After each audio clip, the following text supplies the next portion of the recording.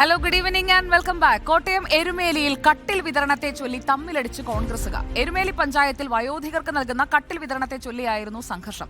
പഞ്ചായത്ത് അംഗവും പ്രവർത്തകരും തമ്മിലുള്ള കയ്യാങ്കളിയുടെ ദൃശ്യങ്ങളിലേക്ക് ആദ്യം.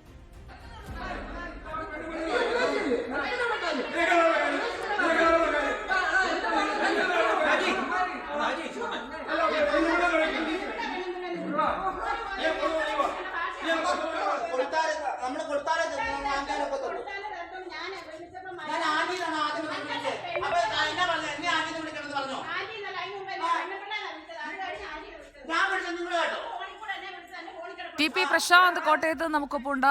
ടി പി പ്രശാന്ത്, എന്നിട്ട് വയോധികർക്ക് കട്ടിലൊക്കെ കൊടുത്തോ? എങ്ങനെയാണ് കട്ടിലിനെ ചൊല്ലി അടികൂട്ടിയത്? സുജിത, ഇത് വലിയ തരത്തിലൊരു വിവാദത്തിലേക്കാണ് കാര്യങ്ങൾ എത്തുന്നത്. അതായത് 2022-23 വാർഷിക പദ്ധതിയിൽ ഉൾപ്പെടുത്തി 27 വയോധികർക്ക് കട്ടിൽ നൽകുന്നതായിരുന്നു പദ്ധതി. പട്ടികയിൽ ഉൾപ്പെട്ട ഒരാൾ മരിച്ചു, പകരം മറ്റൊരാൾക്ക് കട്ടിൽ നൽകണമെന്ന ആവശ്യമായിട്ട് കോൺഗ്രസ് പ്രവർത്തകനായിട്ടുള്ള ബിജു വഴിപ്പറമ്പിൽ രംഗത്ത് വന്നു. ഇതോടുകൂടിയാണ് പഞ്ചായത്ത് അംഗം ലിസിയും അവരുടെ ഭർത്താവ് സജീവ് ചോദ്യം ചെയ്തു. തുടർന്നാണ് വലിയ തരത്തിലുള്ള വാക്കേറ്റം ഉണ്ടായത്.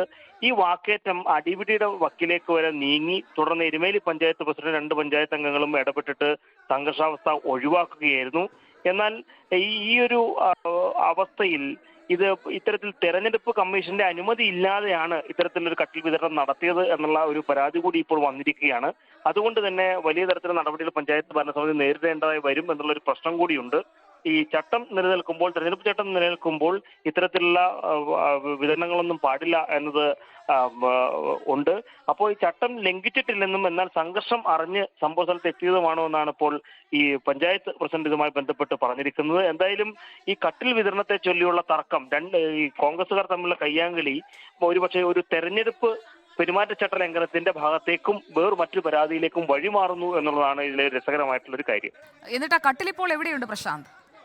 എന്തായാലും ഇപ്പോൾ അവിടെ വിതരണം എല്ലാം തന്നെ സ്തംഭിച്ചിരിക്കുന്ന ഒരു സാഹചര്യമാണുള്ളത്. അതെല്ലാം തന്നെ മരവിപ്പിച്ചിരിക്കുന്നു. അത്തരത്തിലുള്ള വിതരണം നടന്നിട്ടില്ല എന്നാണ് പഞ്ചായത്തുമായി ബന്ധപ്പെട്ട് പറയുന്നത്. എന്തായാലും ഇതെല്ലാം തന്നെ പഞ്ചായത്തിന്റെ ആ പ്രദേശത്ത് തന്നെ ഇതുമായി ബന്ധപ്പെട്ടുള്ള ആളുകൾ കൂട്ടിവിട്ടിട്ടുണ്ട്.